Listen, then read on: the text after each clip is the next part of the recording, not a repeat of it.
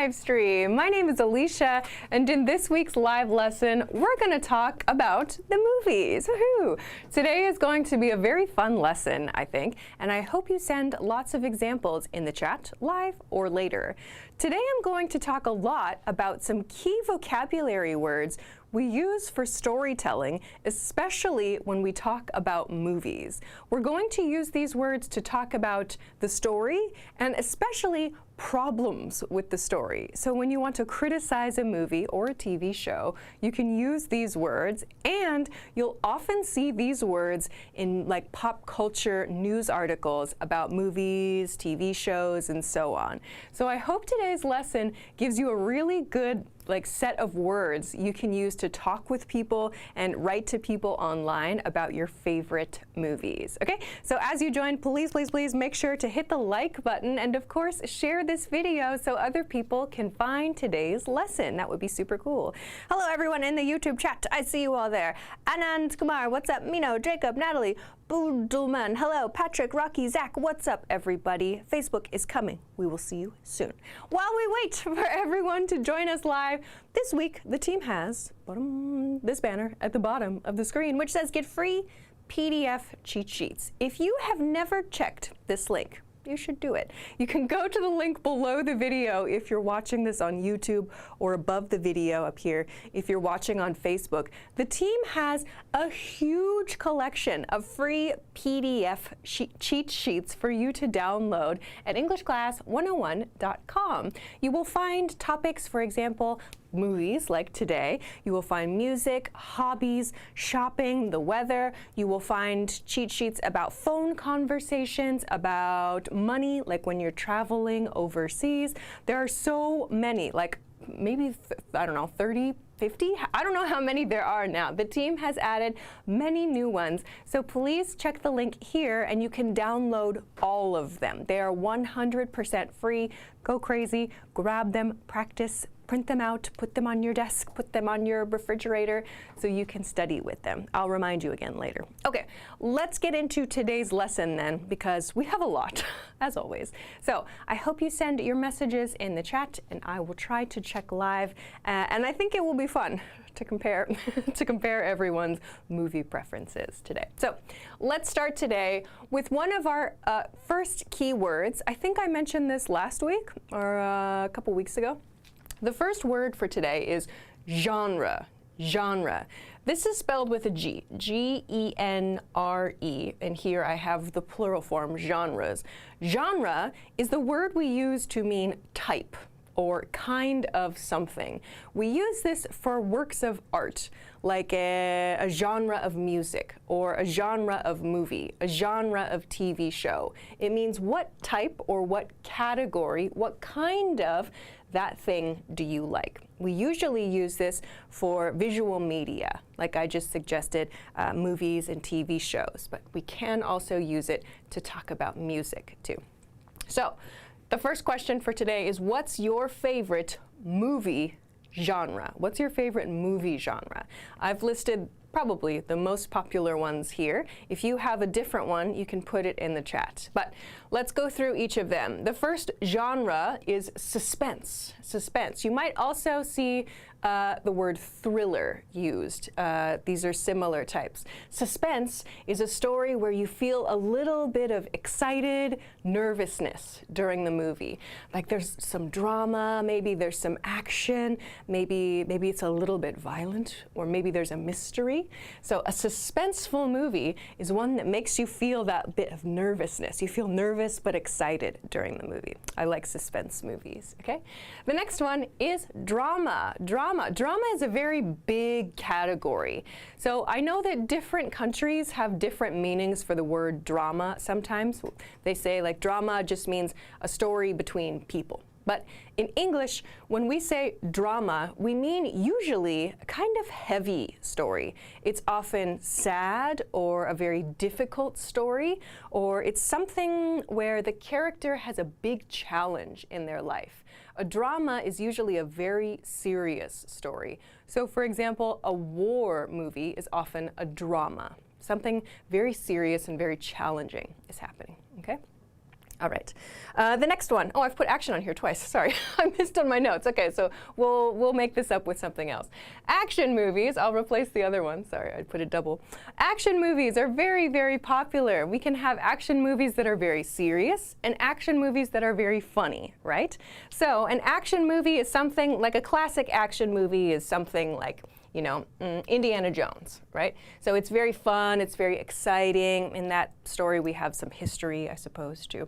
But an action movie, we can have lots of different types, okay? Let's continue to the next one. I put this one incorrectly. The next one is comedy. Comedy is obviously a very popular type of movie. A comedy is something that is funny. So we have lots of different style comedy movies, and this changes depending on the audience. There are, for example, romantic comedies where there's usually a couple that has, they have lots of crazy troubles in their relationship. Or there's just a comedy like about college students doing something stupid and funny, right? So there are many different types of comedies. We also have what are called dark comedies, which is where something very serious happens, but the story is created in a funny way. So maybe many of you like comedies. I love comedies, but lately, I don't know about all of you. Lately, I haven't found a comedy movie that I thought was really, really funny. I feel like comedy movies are changing a bit lately, okay? The next one I hinted at is romance. A romance movie, obviously very popular across time, across centuries. We love romance stories, right? Where two people, or sometimes there's many people, he loves her and she loves him and they love each other and they don't love each other. Oh, all of these complex romantic relationships. These are very popular stories, of course. Many people love romance stories. Okay. Then we have horror. Horror, this is my least favorite. Horror means scary movies, okay? So horror, we have many different types of horror movies. Maybe some of you are horror movie fans out there. We have the horror movies that are psychological, like kind of like The Ring, maybe. That was an old one. I don't watch horror movies. They're too scary. Huh? Shutter Island? Oh, I didn't see that one. I'm too scared to watch anything even a little bit scary. So horror movies, sometimes they're very like grotesque. There's lots of body parts. And it's really, I don't like that kind of movie. But maybe you can tell me some examples that you like. Horror movies. Then we have fantasy movies. This is something like Harry Potter, right? A fantasy movie has magic and there's strange creatures, and often it's an adventure story. So something like Lord of the Rings is a fantasy story. Okay?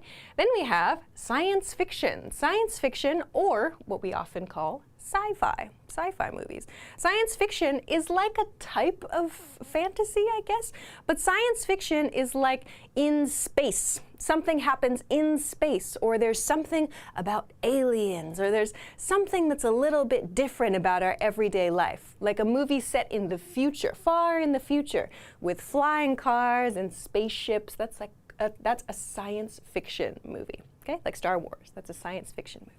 Okay, then I have down here documentary. Documentary. So if you are the type of person, you don't like to watch fake stories. You want to know real information. You want to follow a real person and learn about a real person's life, or you want to learn about the world, you might like documentary movies. Okay. Zach put the word animation in the chat. So animation is a way of making a movie, right? But it is not a genre, right? So when we say genre of movie, we mean the type of story, right? Animation is a way to tell the story, right? So we could have animation or claymation or stop motion or live action, right? These are all ways to tell the story. We can choose those. But genre is the type of story itself. Okay. Minna wrote, I like black and white movies, like Charlie Chaplin movies. Oh, very old ones, yeah? So Charlie Chaplin was known for a lot of comedic things, right? At that time, he was very popular for like very kind of silly physical comedy, but he also had very dramatic scenes as well, which we won't get into today. Okay, great. Zach wrote, is it crazy to watch horror films to keep myself awake? I will not judge. Everybody is different. For me, no, I would not do that. That is too scary. I would not sleep for 2 weeks. I would not like that. Okay, all right, let's go to the answers here. So I put some answers here You can use these as your pattern to answer this question. What's your favorite movie genre? This is my actual preference here. I love action and science fiction movies. That's my favorite always. I love action, science fiction, a little suspense. That's true for TV and movies. So like Star Wars, for example, love it. I love Star Wars. Action, like I just saw, most recent movie I saw was the Mandalorian movie. I love that kind of thing. It's just fun, it's easy, it's something totally different, okay? However, I can't watch horror movies. They are too scary. I can't, okay? So maybe some of you could put more. I saw a few come through. Thanks, everybody. But let's continue straight now into part 2, because this is going to have some new vocabulary, and I want to talk a lot about these example patterns for today, because there are some small points I want to discuss in depth, in detail. So the next section is called Give a Synopsis. So think about your favorite movie or a movie that was interesting for you. Now, the next step, we're going to give a synopsis. This, I hope, is a new word for many of you. Synopsis. A synopsis of a story is a summary of the story. So in 1 or 2 sentences, what is the movie about? Okay, and you can also see here, I wrote no spoilers. This might be a new word for some of you. This is a countable noun. A spoiler is a small piece of information or a big piece of information that will ruin the ending of the story, okay? So giving someone information about the story's ending or about a key part of the story, like a secret, something that happens in the story. Usually we don't want to do that, okay? We don't want to say something about the story that tells the other person like the best part. Don't do that. That's considered really, really rude. Check with other people first. No spoilers. So when you give a synopsis, you have to make it a little open, okay? I prepared 3 patterns for ways that you can share a movie synopsis. So first one is movie is about a man or a woman who ... So many movies, we follow the story of a main character, a man or a woman or a family, maybe, too. So let's look at one example. I chose, I hope, famous movies. So, for example, Star Wars, the movie Star Wars, very broadly here. Star Wars, here's my movie title, is about a woman who puts a message for help in a robot. A lot of adventures in space follow, okay? Obviously, we know, I think many of you know Star Wars. This is a much larger story. But the original, the first Star Wars movie, begins with a woman who puts a message for help in a robot. She says, help me, you're my only hope, right? So we can say this is a synopsis of the adventure. For a movie, for a franchise like Star Wars, this, of course, is a very kind of silly way to summarize the movie. But this is a simple way that we can explain how the story starts, right? Sometimes that's the most important part, finding an easy and simple way to explain what's interesting about the story. Okay? Let's take a look and compare this to the next one, because many movies take place, or many movies happen in the future or in the past, right? So how do we explain that? We can do it with something like this pattern. Movie is set in plus time period. So here, time period is often like the 1800s or the 1900s, or is set in the distant future, or is set in the distant past. So we can use a few different ways to explain the time period here. I've chosen one that maybe is a famous romance example. So here, Pride and Prejudice is my movie title. Pride and Prejudice is set in the 1800s. So the 1800s means somewhere between 1800 and 1900. Okay? Somewhere in here, right?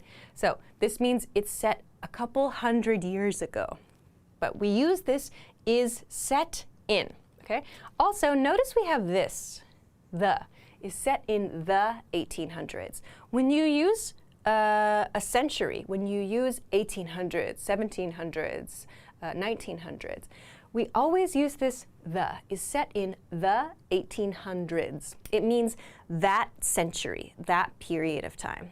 If, however, you want to give a specific year, like Pride and Prejudice is set in 1830, no the. You do not need to use the there. So please note this one kind of special pattern that we have. Okay? Then, Pride and Prejudice is set in the 1800s in England. So in this case, I have more information. In England, and is about complex relationships between families and partners. So we have a very kind of open synopsis of Pride and Prejudice. But see how there's a lot of information here. Is set in the 1800s in England and is about. Okay? We've connected all of these in one sentence with one subject here. Yeah? So we can do this to talk about time periods. Then let's talk about historical events, because many movies are about a past historical event, often like war movies, right? So movie is set during historical event. Note that we use during here, and the historical event can be anything, like a certain war or a rocket launch, right? So we can choose a historical event, okay? For example, this movie, old movie, but maybe you have seen this, Saving Private Ryan is set during World War II and is about a mission to save a soldier, okay? So again, we have this and is about pattern, right? Is set during World War II. That means the movie takes place at the time of a historical event, okay? So you might be like, oh, could I just say is set, like is set in World War II? It's like, yes, you could, but using during kind of gives us the feeling that the movie is happening at the same time as the war, okay? So these are a couple of different ways that we can explain the movie's story, of course, but also where did it take place? When did it take place? Okay? Okay, let's see. Zach wrote, Frozen is a coming-of-age story about sisterly love, and it flips the classic love at first sight fairy tale on its head. Nice one. Okay, a coming-of-age story. Cute one. Okay, I don't see examples today. I see many people putting movies in the chat. You can put your movies into IMDb. Here we are practicing a synopsis. So these are 3 patterns you can use to make a synopsis of the movie. Okay, let's take a quick break, and then we'll go to the ending part where we'll talk a lot about vocabulary you can use to describe the good points and the not so good points of a movie. Okay? All right, so what did I say? We're gonna take a break. If you missed it earlier, the team has a lot of free PDF cheat sheets for you here, which you can find below the video in the link or above the video in the link. You will find on EnglishClass101.com so many. Control Desk is showing you them now. Look at all of these. They have added some new ones. I see some new ones there I have not seen. Oh my gosh, there are so many. So please go and check them out. I see the movies one here is at the very end. If you want to get these, they are 100% free. You just need your name and an email address to download these. And then you can put them anywhere. You can print them out. You can save them on your phone. You can put them on your wall. Practice. Go crazy with that. Okay. So let's continue to the last part then. The last part will be about criticisms, sharing your opinion. So what did you think was good? What did you think was not so good about this movie? Let's start with good points, and let's talk about some key vocabulary words here. We talked about spoilers, right? Again, be careful when you give your opinion. Do not give spoilers, right? Be careful, okay? All right. Good points. First, the acting was so good. The acting was so good. Acting means the actor's work, right? Could we believe the actors? Did the actor make us believe? Like in Titanic, did we really feel Leonardo DiCaprio was really his character? Could we really believe that? So if yes, if the answer is yes, you can say, oh, the acting was so good. If not, you could say, ooh, the acting was not very good. Right? Because sometimes you watch a movie and you think, ooh, that's not a very good actor, right? We can tell they're pretending. We know they're pretending. Okay, the next one is the effects were amazing. The effects were amazing. Effects means the visual effects, right? Or sometimes it can mean also the set of the movie too. I would say we would probably say set design is different. But for example, a movie like Avatar, right? Came out a long time ago. But at the time, the effects in Avatar were incredible. The scenes and the computer-generated characters, that was so exciting at the time. So we can say the effects were amazing to talk about that. If you want to talk about the lighting and the beautiful scenes in the movie, you can say the set design was beautiful, but sometimes they get a little combined there. So set design refers to the specific room that something happens in the movie. Okay. Next one is actor or actress was so good. This is similar to the acting was so good. If you want to talk about a specific actor or a specific actress in their role, you can name them. Like Leonardo DiCaprio was so good. Like I watched One Battle After Another recently. Oh, that was so good. Leonardo DiCaprio was so good, and Benicio del Toro was really great in that one too. Okay, so you can name the actor or actress and use past tense, was so good, to mean I saw it. Or you can also say, oh, he is so good, meaning I think he is a good actor. So this tense does matter. All right, the next one, the score was beautiful. The score was beautiful. Key word here is score, score. This has nothing to do with sports, no relationship to sports. Score sounds strange, but the score means the music of the movie. Score also is like, it sounds like the classical music of the movie, okay? So when one character is on the screen, we hear that character's theme music. We don't use score to talk about like pop music that we hear in the movie. When we listen to like, what's a good example? Like Lord of the Rings, beautiful score. Like all of the songs are original. They have this beautiful like dramatic song and like these dangerous sounding pieces. So we talk about this kind of classical sounding music with the word score, okay? People will win awards for best score, okay? Patrick wrote, the movie City of Angels with Meg Ryan and Nicolas Cage shows us that we can't change a destiny when life makes for us. Could this be a synopsis? Sure, yeah, good one, Patrick. I would say the movie City of Angels with Meg Ryan and Nicolas Cage shows us that we can't change destiny. I would end it there. Shows us that we can't change destiny. We don't need an article with destiny, but good one. I would end it there. Good synopsis. Watch your spelling of synopsis, S-Y-N. Maybe it's hard to see. Sorry about that. Okay, what am I on? Last one. Last two here. Just remember, you can use just simple adjectives. Like, oh, it was so funny. If you saw a comedy movie and you enjoyed it, it was so funny. Make it easy. If you saw a horror movie and it was really scary, you could say, I was terrified. I was terrified. Though, please note, we have a different grammar point here. It was funny. I was terrified, right? We can say, I was terrified, or it was terrifying. So please just be careful of your grammar with these kinds of simple adjective sentences. Okay, last then, let's talk about some criticisms. This is fun. So how can we criticize a movie or talk about the not so good points? Okay, first one. This has a key vocabulary word I want to talk about.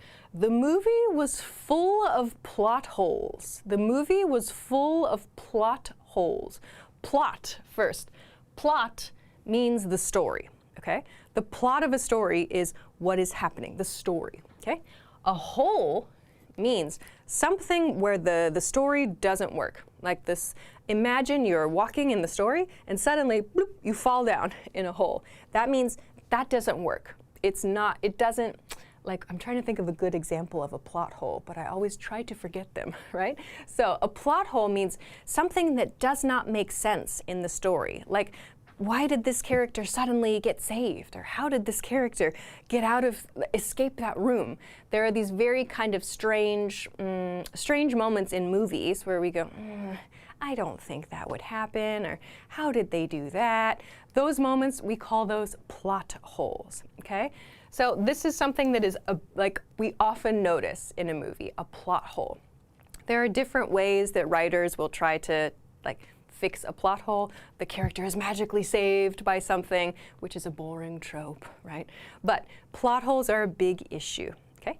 Second one is the story didn't really make sense. The story didn't really make sense. This is in a situation where you're sitting to watch the movie, but the characters make really strange decisions. Why did you do that? Why did you do that? So I watched an action movie months ago. I haven't forgotten it because it was so stupid. It was really, really funny. It was action film. I think it was a Jason Statham movie where he has to save somebody. I can't remember. But he's on an island with Jessica Alba, and he's just met this girl, but he's gonna stop his mission to be with her. It's but he's only spent 1 day with this person. It was just really, really strange. The story didn't really make sense. They had this very strange story. The characters' motivations were not clear. So I remember that movie because me and the person I was watching with, we started laughing about the movie because it was so bad. So we could say the story didn't really make sense. In this case, it wasn't plot holes. The plot was clear, I guess, but the story, the characters' decisions just did not make sense in the movie, okay? So sometimes we see this happening. Why did that character do that? He should be a spy, right? So he should follow the mission, but he's making strange decisions. Sometimes it happens. Okay. Zach has a good one. The main character was just incredibly unlikable. Sometimes that's on purpose, though, right? I don't want to give any spoilers about popular TV shows or movies. Sometimes we are not supposed to like the main character. We call them an anti-hero. Yeah? Somebody that we don't like, but we follow them. Oh, I'm resisting trying to give an example of this because I don't want to give spoilers about something. Okay. Then I've highlighted here the next one. The plot was really dumb. The plot was really dumb. Here I have the word plot underlined, same as in plot holes. So the plot just means the story of something, right? So, oh gosh, this is an old movie. Maybe some of you have seen that movie. What was that one with Ashton Kutcher in the 90s? Hey dude, where's my car? That's a stupid movie. Stupid, stupid college movie of just college guys doing stupid things, okay? So the plot of that movie is really dumb. So dumb means it's not smart. It's very stupid. This is a rude word, by the way. Don't call a person dumb. It's not nice. But we use it to say, that's not smart. That's not a very intelligent movie. We could say the plot was dumb. And sometimes that's okay. In a comedy movie, this movie was a comedy movie. It was supposed to be dumb, very juvenile for teenage boys, maybe college-age students to enjoy.